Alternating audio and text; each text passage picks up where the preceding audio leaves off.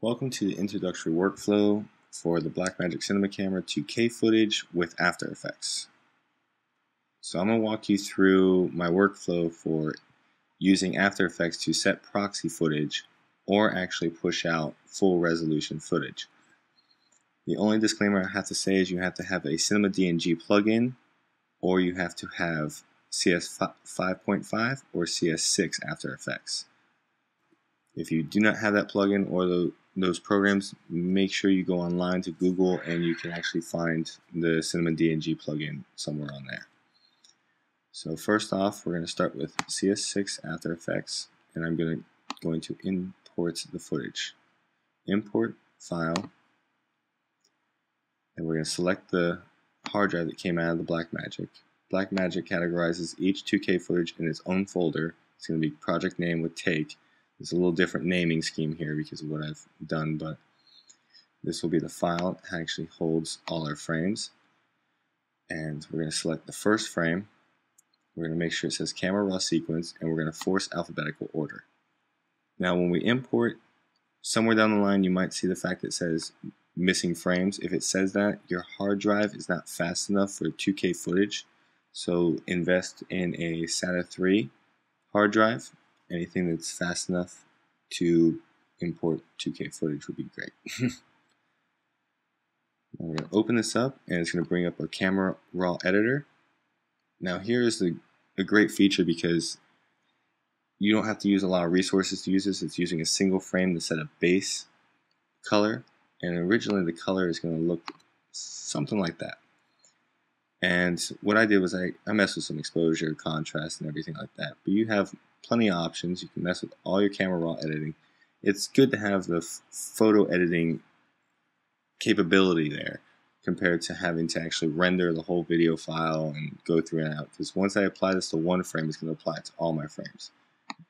You can do sharpening, noise reduction, you have curves, you have your grayscales, your split tones. You can do a lot of things with this and actually get some really unique shots. I mean, I've done some unique shots with this, and it's great. But what I'm going to do is go back to my original coloring.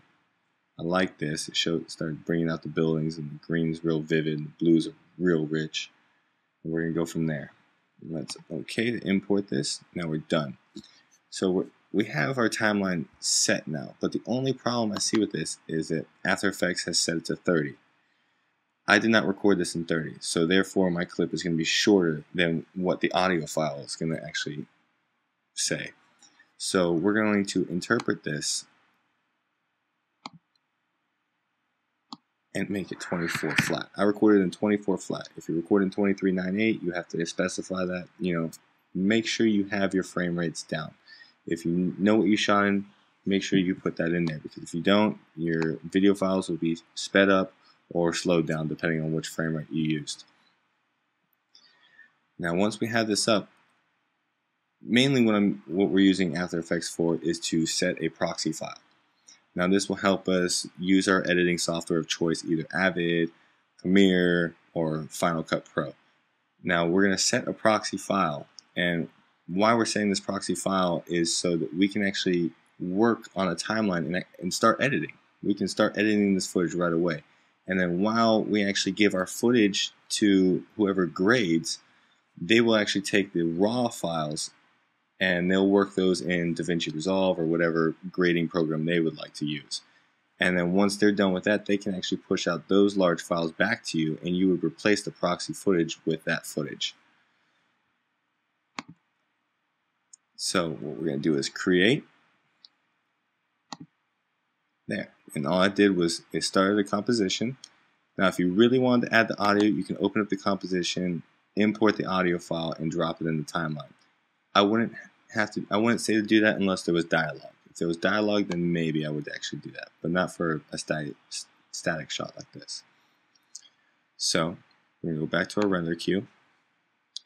Once I did the create proxy, we had a render queue pop up. And we're on draft settings. Draft settings is quality, draft, resolution at half. Make sure we go back to current settings. This is 240 by 1350. We don't want to go half resolution. We want the full resolution there, but we want draft quality. So the quality won't be there, but we'll at least know what the frame of the shot is. will be okay. Now for output module, you want to set this in whatever format you're using, be it anything for Avid or anything like that. I'm using QuickTime since I'm a Final Cut Pro kind of guy. And we're setting the proxy, so if I ever come back to Final Cut Pro, or After Effects, it'll actually use my proxy file compared to the 2K image sequence. So I'll get a little bit faster rendering on that. Now we're using millions of colors, RGB and alpha, we're basically sticking here. For video codec, I actually have been using, this is in the way, sorry. I have been using Apple 422 HQ. That's what I've been pushing out on my original files, but we can set it to proxy.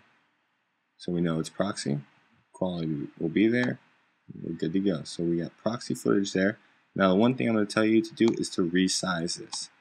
We're going to want to resize this to 1080-24.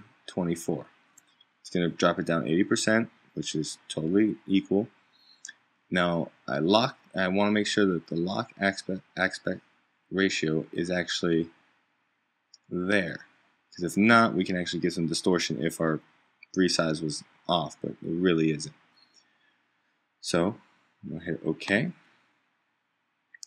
and then from there we'll select our folder where we're going to save it. We're going to save it here. Hit cancel because it's already there, and then from there we're actually going to render.